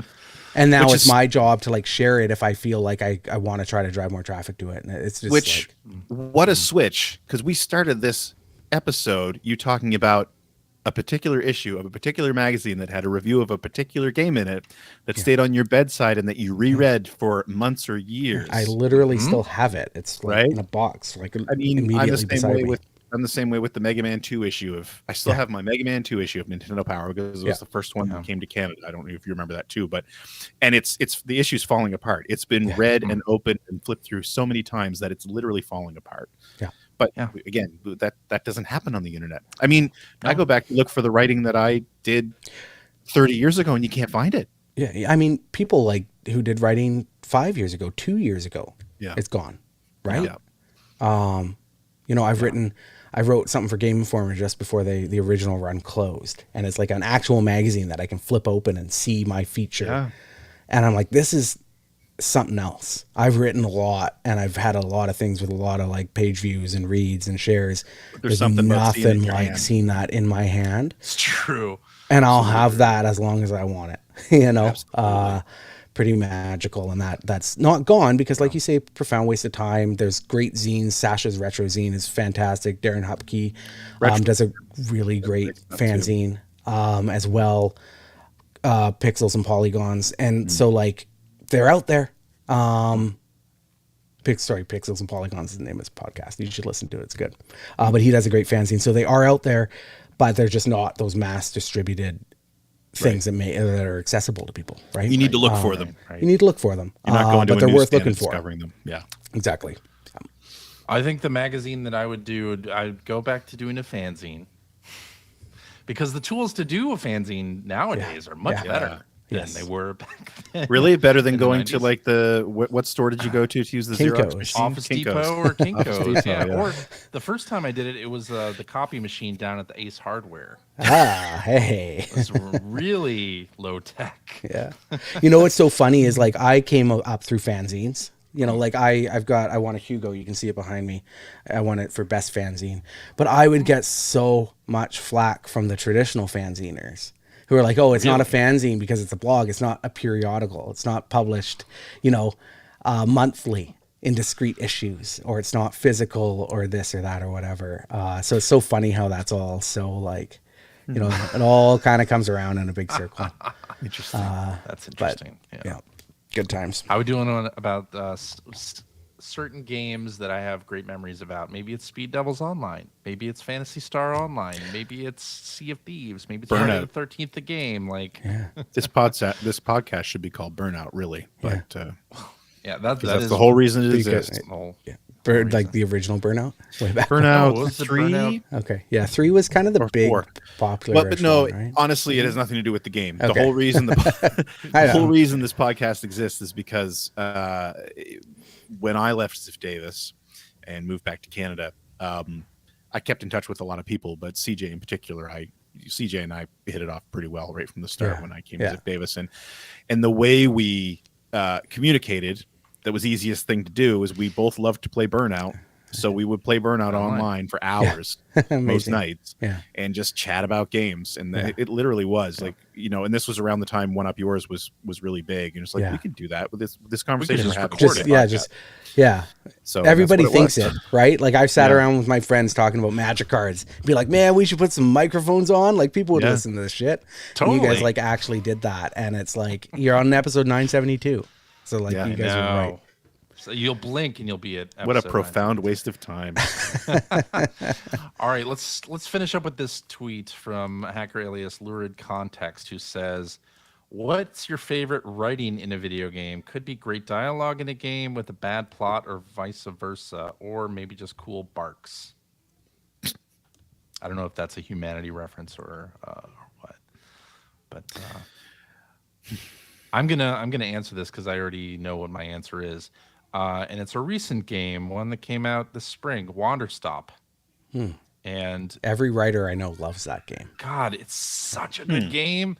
So well written. Like, here's the thing. Like, I do not read text in most video games. I like if your internal piece of lore that's longer than a page, I don't read you. Like in a game, I just won't. But Wanderstop, the dialogue, the writing was so good and so compelling that I read everything that I was presented with. And that does not happen for me in anything. Even Sea of Thieves, a game I love. I will not read the lore. Like, I'll just skip past the dialogue boxes. But that game, Wanderstop, just a fantastic game with great writing and dialogue. Absolutely loved it.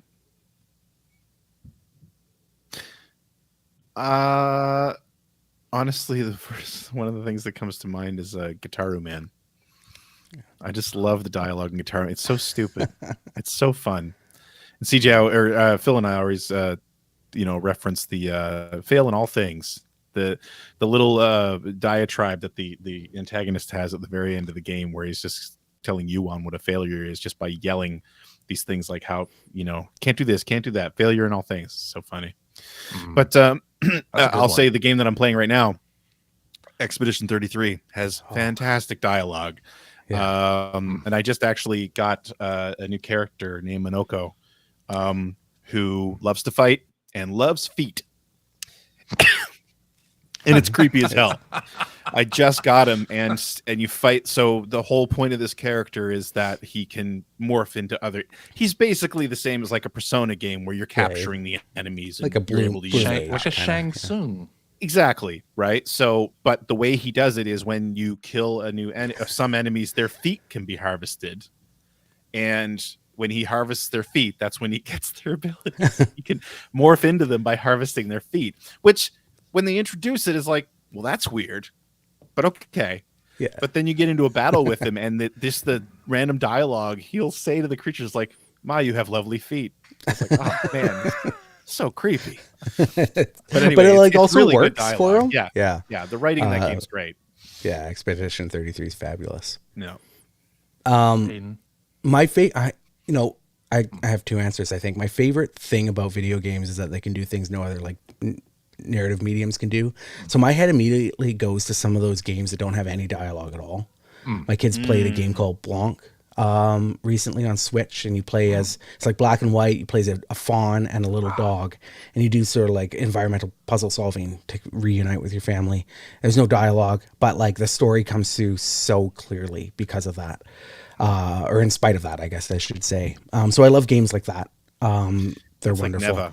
That reminds me. Another excellent example. What was their other one just before Neva? Greece. Like love that kind of stuff. Yeah.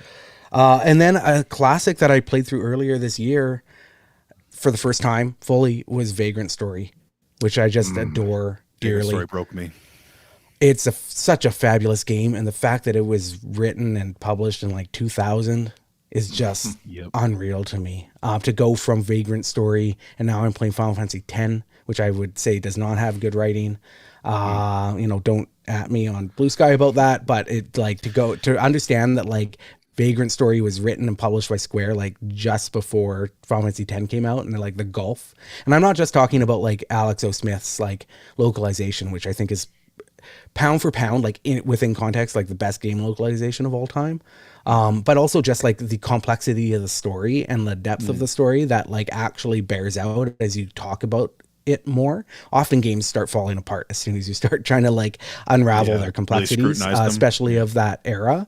But Vagrant Story just goes deeper and deeper as you kind of get into it to like a level that I would attribute to like stuff like the Souls series, right? Whether that's to your taste, having like, oblique stories like that is another thing, but I think Vagrant Story pulls it off when nobody was doing anything close to that. You had games like Xenogears, which were ambitious, but they were flawed ambitiously. Vagrant Story's story is just fabulous. I think Hideo Kojima was ahead of the curve on that too.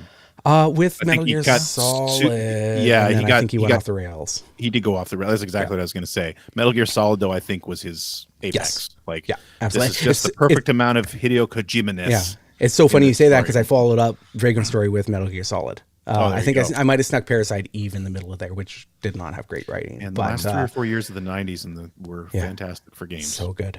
Yeah. And just like, it's so funny to see the gulf, because all games are like quite flat now in terms of like localization and stuff. Like everything's pretty decent, but they're like back then, like Metal Gear Solid just stood above and beyond like everything. Its voice acting is still good. Like, like not just like tolerable, but like legitimately just good. And like enhances the game. And that was in 1997 or something, 98. Yeah. So yeah, I like games that were ahead of the curve in that way. And Vagrant Story is the one that really stands out to me. It's almost like you wonder how that happened with Metal Gear Solid. Like, how did that happen? Like, I mean, the vision the publisher like, kept him in check. That's how it happened. Yeah, well, and you know, I had that exact conversation with somebody. Jeremy Blaustein. I was on the Geekly Grind podcast a couple of weeks ago. We were talking about Kojima, and I said exactly that. I think there's people like Kojima, there's people like Stephen King, who I love their work, but they get so successful at a point that they become uneditable, and nobody will say no. Yeah. And so I think that BioShock guy has happened. The BioShock guy, gosh, Ken Levine. Yeah. Yeah. And I think just like smaller, has he ever been editable though? No. Yeah. But yeah. And I think like Kojima probably also had a smaller team, you know, more technical limitations always helps. And then he's working with a guy like Jeremy Blaustein on that English localization and the voice work and stuff. And Blaustein's a genius as well. So, but then Blaustein also did Suikoden 2, which has one of the worst localizations of all time. So it's like, it shows how much environment is necessary, and resourcing is necessary on top of just talent. And I think with stuff like Vagrant Story and Metal Gear Solid, all of that comes together in a way that it just doesn't materialize in other games. Yeah. I think this is a good place to stop. This has been great. Before we get into our outro, though, Aidan, can you give the sales pitch for Sure. Oh yeah, absolutely. Yeah, you can find me on Blue Sky mostly all the time at aidanis.fun. So Aidan is fun. Fun Factor is also on Blue Sky. We do a lot of a lot of posting there at funfactorpod.com on Blue Sky. Everywhere else, Instagram, TikTok. You can find us at Fun Factor Pod, and we're also on YouTube, which we're on all the podcast apps, of course, but we're also on YouTube, which we didn't really think of being a primary market. But Ty started putting together video versions where he clips with slides of everything we're talking about. And so it is a very visual medium that we're talking about, and the video version kind of popped off with this last episode, and people like watching it when they can see what we're talking about. So YouTube's a good option if you can second screen it or you want to sit down and watch the whole thing. After you've listened to it, liked, subscribed, hit that bell, all those good things. So yeah, those are the primary things. I'm also a writer. Fight Magic Items is my book. You can find it wherever you can find books. And upcoming Suikoden boss fight books, yeah? And an upcoming Suikoden boss fight book, yes, which I'm very excited about, and is me too. Hopefully coming out next year is the plan. So we'll see. And just to follow this up again, and I said this at the top of the show, highly recommend Fun Factor. It's a great podcast. And I think our audience would definitely get into that. Yeah, absolutely. It's been like, and just on that note, it's been so gratifying finding out how many people care about these magazines and games media the way that I do. It's been something that's been a huge part of my life forever. And so many people have caught on to this in a way that Ty and I knew it was going to be a good show and a fun show. I don't know. We didn't know if it would resonate with people. And so like getting invited on your guys' show to talk about it, like that's just wild to me. So I appreciate the support and kind words. Yeah. Well, we appreciate you coming on. Alrighty, and that is our show for this week. Thank you very much for listening. If you have a question for us or would like to comment on something you heard, you can direct that to @P1 Podcast on Blue Sky. Yeah, do it on Blue Sky. Nowhere else. And we also have an internet website at player1podcast.com. There you'll find our contact information. You will find show notes and links to all the things that we talked about. Usually games that we've been playing, but we just kind of forego all of that with this episode. But you'll find links and stuff to all of Aidan's stuff as well on there, and some of the other games and things that we talked about during this episode. and a link to our Discord server where you can discuss this episode with us and our other listeners. I'm going to do my best on this because this is Phil's part. If you would like to subscribe to the Player One Podcast, you can do so by going to playeronepodcast.com or really to any podcast app that you like to Whatever use. podcast client you have. We're everywhere. We're like a virus. We've been around long enough. Also, you guys are probably old enough to have RSS. We are. You know, we used to have a telephone line for people to send voicemails. No, it was great. That was fun. If you want to catch us live, you can do so on YouTube, on Twitch. Where else, CJ? That's basically Facebook. YouTube. Facebook. That's it. P1 Podcast. Go look us up there. We normally record at 9:30 p.m. Eastern on every Sunday night. Yeah, that's right. I'm going Eastern, CJ. 8:30 Eastern. That's what I said. 8:30 p.m. Eastern. 9:30. You know why I say that? Because it's 9:30 my time. 9:30 But I Atlantic. think I feel like if I say 9:30 Atlantic, there's about 30 people that'll even know what I'm talking about. 8:30 p.m. Eastern. 8:30 p.m. Eastern. 5:30 p.m. Pacific. 5:30 p.m. Pacific. There you go. On Sunday nights. Please come check that out. You get in on the chat, and sometimes we even look at the chat and answer. Not always, but sometimes. And yeah, if you would like to support the show, please consider doing so. Head over to patreon.com/P1 Podcast. I think I have that right. Yes. Where you can support the show. It helps us keep the lights on. And I got to tell you, Aidan wasn't cheap. So, no, I'm just kidding. No, but it helps keep the podcast going, pays for the hosting and all that fun stuff. Sure. And if you are a supporter of the $5 variety, cheap. thank you. Did you put reverb on that, or was it just some feedback? It was just some feedback. Okay, because it sounded really good. It sounded cool. You get access to the weekly after show where we play games through Quackwise, and we do all the things we can't do on the regular show. CJ, Yeah. do we have a game set up for tonight? We do have a game. It's a review game. It's an EGM review game with games published by Acclaim. Oh God, Aidan, do you have time to stick around and hang out with us on that? Let's do it. Sounds all fun. Right. So yes, please go support the show. We really do appreciate it. And hey, if you have a few dollars left over, you could also head over to my personal Patreon page, patreon.com/Greg Seward, where I put all the video stuff I'm working on, mainly Generation 16, as Phil would say, everyone's favorite runner-up. But also any other videos that I'm working on. And if you are a supporter of the $3 variety, you get early access to every video that I put up. So please consider going and doing that. That's going to do it. Aidan, thank you so much for joining us this week. Thank you so much. Had so much fun. It was a blast. It's been great. We've gone extra long, and that's okay because it was a great conversation. Absolutely. CJ? Yeah? Thank you for just being you, big guy. No problem. Thank you, No. Greg and Aidan, for being on the show this week and not leaving me to do a solo show, because that would be terrible. That would have been real bad. Yeah. And to our dear listeners, thank you so much for coming and listening to us every week and all this bullshit that we spew. But again, we think you would really like the Fun Factor podcast.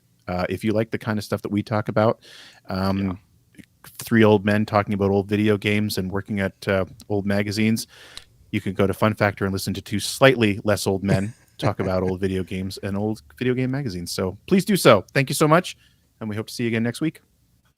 Bye. Bye-bye.